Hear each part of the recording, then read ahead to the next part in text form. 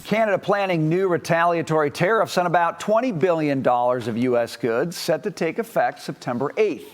A move that could hit the economies of key battleground states like Maine, Michigan, Ohio, and Alaska, relying heavily on exports across our northern border. Joining us now, Michigan Congressman Tom Barrett. I looked at that date, that September 8th, and then President Trump has talked about additional tariffs that would hurt the auto industry at the beginning of next year. You think this gets all solved and ironed out and all donezo in short order? Yeah, you know, I'm going back to Washington on Monday, and this is going to be a high topic of conversation as well as, you know, amongst my colleagues there about how do we get this back, you know, together. I had heard just last week that we were closing in on a final trade deal with Canada that was going to work, you know, in a bilateral way that would be advantageous to both countries. At the end of the day, trade's got to be mutually beneficial for it to work. That's still the pursuit that I'm hoping for, and one that I think we can ultimately get to. And, you know, I believe that the president is in the pursuit of that. We've certainly had a lot of trade manipulation by Canada, especially around agriculture and dairy and things of that sort, that we can't allow to continue to happen. And it's my interest certainly to get to a point of stability in this, where industry can know what they are facing relative to trade with any country, especially Canada. For us here in Michigan, it's our largest trading partner. We have a tremendous amount of goods that cross the border back and forth multiple times, maybe before final assembly. So these are very serious things that we have to take seriously and work through for sure.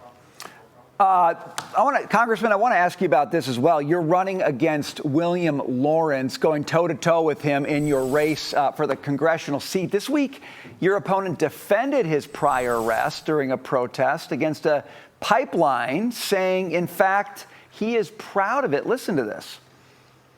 I participated in a peaceful protest to prevent the expansion of that pipeline, at which I was arrested. That was a dozen years ago. I'm proud to have taken that stand. He's proud to have taken that stance. How do your fellow Michiganders feel about somebody getting in the way of a vital economic pipeline in their state? Well, thank you so much for bringing that up, because you're exactly right. We know that pipelines are the safest and most efficient way of transporting material. Michigan is the #1 state for home heating for propane, more than any other state in the union. I personally heat my home using propane, as well as so many of my neighbors and others across my district. My opponent was trying to shut down a pipeline project because he disagreed with it. He's a radical climate activist. He's a founding member of the Green New Deal Alliance. He wants to ban the gasoline cars that we build here in Michigan, especially those built right here in my district. Obviously, he's a radical. He was arrested, pled guilty to a felony, and is then subsequently on the eve of running for Congress. Not only did he delete a whole bunch of his social media history calling for defunding the police, but he also had his criminal record shielded by the court. So obviously he is trying to withhold information from the voters. We're not going to allow him to do that. People can go to my website, tombarrettforcongress.com, to see what we're facing, what I'm standing for, my record of service in the military versus his record of activism trying to shut down pipelines and ban gasoline engines. He was protesting. It was a part of the Enbridge Line 5 pipeline. I just wanted to note, because I did some research on this, the Line 5, broadly speaking, 55% of Michigan's propane needs, 65% of the propane used in the Upper Peninsula in northern Michigan feeds refineries in Detroit and Toledo with necessary oil, carries more than 500,000 barrels a day of light synthetic crude, liquid natural gas. It's insane. Like, what's the state run on?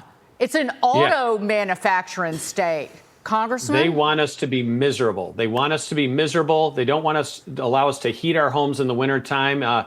This shouldn't be revelatory to people, but it gets pretty darn cold here in Michigan in the wintertime. And the further north you go, the colder it gets. The Upper Peninsula has some of the highest rates of propane use, and this would be entirely unrealistic to try and shut down a pipeline like this and cut off access to home heating for so many of the people that I represent, my own family, my neighbors, the people that live in my district. And the further north you go in Michigan, the more pronounced that effect becomes. They have no solutions. They simply want us to be miserable, and we can't allow them to let it happen. Guess they just want you to heat up with the warmth of collectivism. Congressman, thanks for joining us tonight. Very nice to see you. Thank you so much for having me on. I really appreciate All it. right.